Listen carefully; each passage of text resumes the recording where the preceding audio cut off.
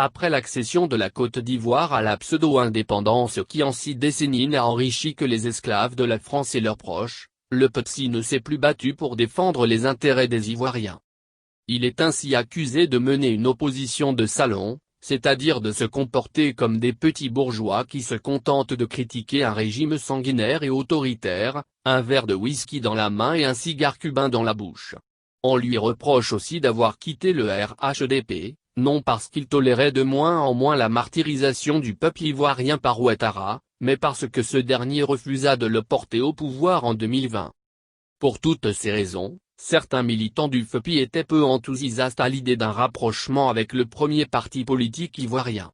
Il fallut attendre que Gbagbo reçoive Henri Konan Bédié à Bruxelles le 29 juillet 2019 pour que ces militants fassent bon cœur contre mauvaise fortune. Ce médicament amer n'était pas le premier qu'ils durent avaler pour rester en phase avec le chef, si l'on se souvient des accords de Marcoussis, janvier 2003, par lesquels la France démocratique forçait Laurent Gbagbo à prendre dans son gouvernement ceux qui avaient attaqué et endeuillé le pays dans la nuit du 18 au 19 septembre 2002 et du décret autorisant Ouattara à prendre part à l'élection présidentielle alors que le juge Tiakoné l'avait recalé en 2000 pour nationalité douteuse. Interrogé, le 22 juillet 2020 par FI, Jean-Louis Billon répondit que le PSI affronterait Alassane Ouattara à l'élection présidentielle du 31 octobre 2020 si ce dernier était le choix du RHDP. Il soutint même que son parti l'emporterait haut la main face au RHDP.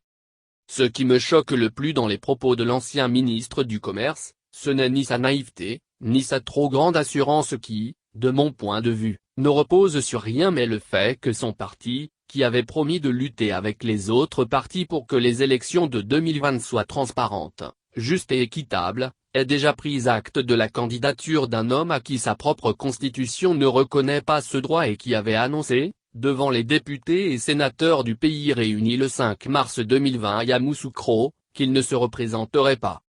Bref, celui qui fut président du conseil régional du handball grâce au RDR avant de retourner au PSI nous aura servi un discours insipide et creux là où on s'attendait à ce qu'il dise haut et fort que l'opposition n'acceptera pas que Ouattara brigue un troisième mandat. En dépit des faits qui sont reprochés au PSI, j'ai personnellement souhaité que celui-ci et le FEPI se mettent ensemble pour nous débarrasser du poison qu'est Alassane Ouattara et non pour l'accompagner dans une élection truquée et gagnée d'avance par un parti habitué à la triche et à la violence. L'élection du 31 octobre est devenue une obsession pour certains opposants ivoiriens comme s'ils allaient la remporter. Il m'est difficile d'adhérer à une telle obsession et à un tel optimisme. Pourquoi?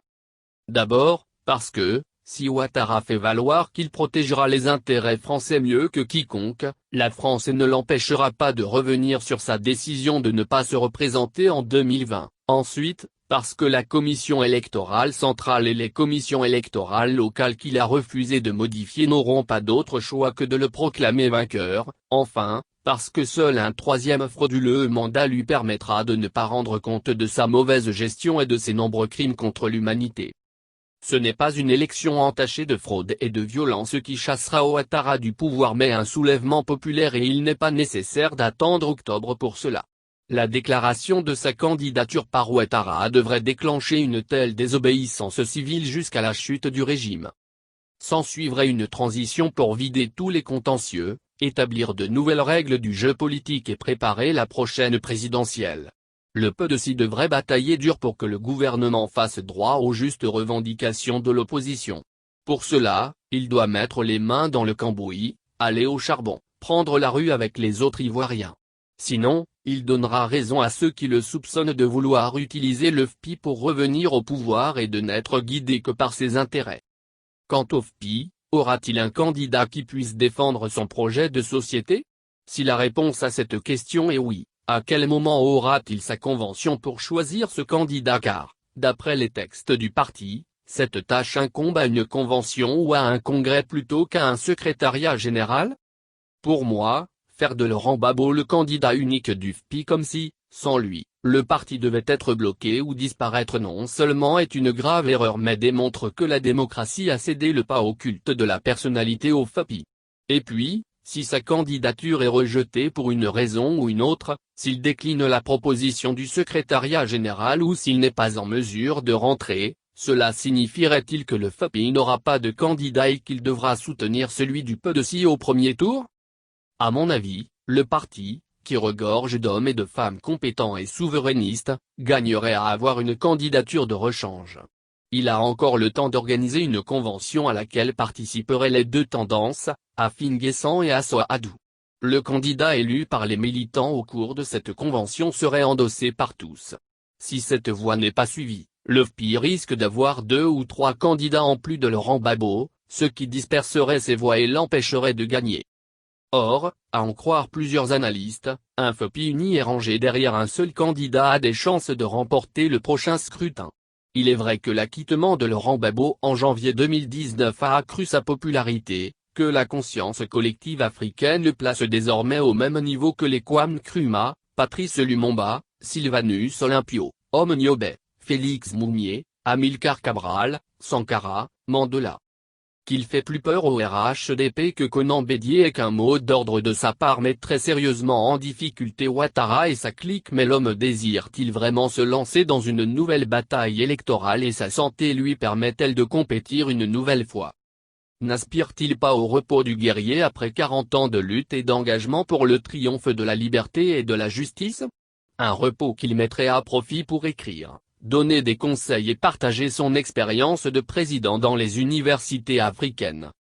Ce n'est pas leur manquer de respect ou leur faire injure que de dire que Gbagbo, Bédier et Ouattara devraient se tenir loin de l'élection de 2020, bien que la Constitution y autorise les deux premiers. Pourquoi? Parce que leur force physique et mentale décline, parce qu'eux-mêmes ont admis qu'à cet âge, 75 ans ou plus, on a diminué, parce qu'ils ont déjà donné au pays ce qu'ils pouvaient donner, parce que la division du pays est arrivée par eux. S'ils décident, malgré tout, de s'affronter à nouveau, 10 ans après la grave crise qu'a connue notre pays, cela voudra dire qu'ils jugent leur épanouissement personnel plus important que la paix et le bien-être des Ivoiriens. Honte à eux s'ils confirment leur participation au scrutin du 31 octobre 2020. Honte à eux parce qu'ils n'ont pas préparé la relève comme le firent Senghor, Sénégal, et Nyerere, Tanzanie. Honte également à nous parce que nous les avons idolâtrés, parce que nous sommes prompts à justifier toutes leurs paroles et actions, parce que nous avons été incapables de leur dire non quand il le fallait, parce que nous leur avons fait croire qu'ils étaient les plus intelligents et que ce serait le chaos ou le déluge s'ils n'étaient plus au pouvoir.